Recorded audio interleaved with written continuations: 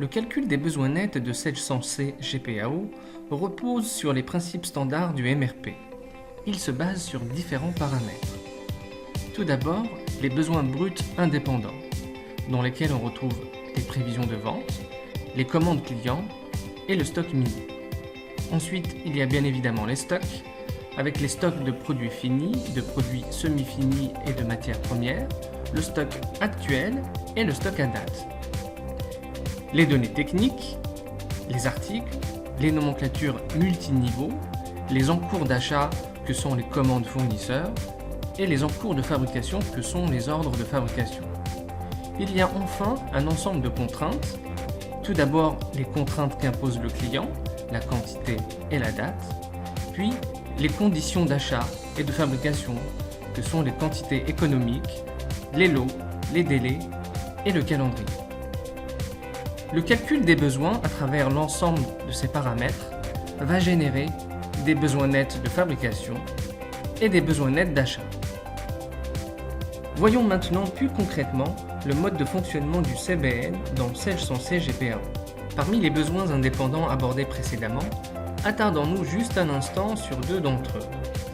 Dans l'onglet Gestion commerciale, nous retrouvons l'ensemble des commandes, clients et fournisseurs dont tiendra compte le calcul des besoins nets.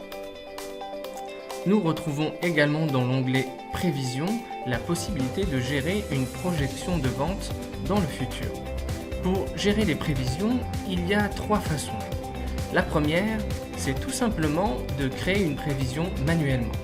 On choisit le mode de gestion, hebdomadaire, quotidien ou mensuel. Ensuite, il suffit de sélectionner une référence article, par exemple la chaise, et de tout simplement saisir les quantités projetées sur chaque période. On retrouve ainsi un tableau de prévision. La deuxième façon est d'importer ces prévisions depuis un fichier Excel qui aurait exactement la même structure. Enfin, on a la possibilité de générer des prévisions en fonction de l'historique de vente. Pour cela, il suffit de sélectionner un ou plusieurs articles, de définir l'horizon de facture de vente à exploiter et l'horizon de la prévision. On a la possibilité de lisser les données ou pas en fonction des types de séries à sélectionner. On peut également affecter un coefficient pondérateur pour exprimer une tendance à la hausse ou à la baisse. Il ne reste plus qu'à générer une nouvelle prévision en validant les données. Le résultat de ce calcul est une nouvelle prévision reprenant l'ensemble de mon historique.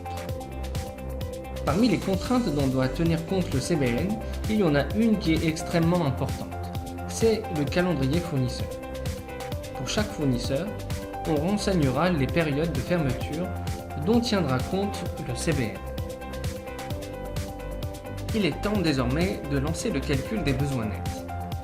Pour les besoins de la démo, j'exclus les prévisions du calcul et je désactive les regroupements des propositions. J'obtiens ainsi tout d'abord des propositions de fabrication. Chaque ligne est une proposition. Sur cette ligne, le CBN me propose de fabriquer la référence bureau M, qui est un bureau informatique.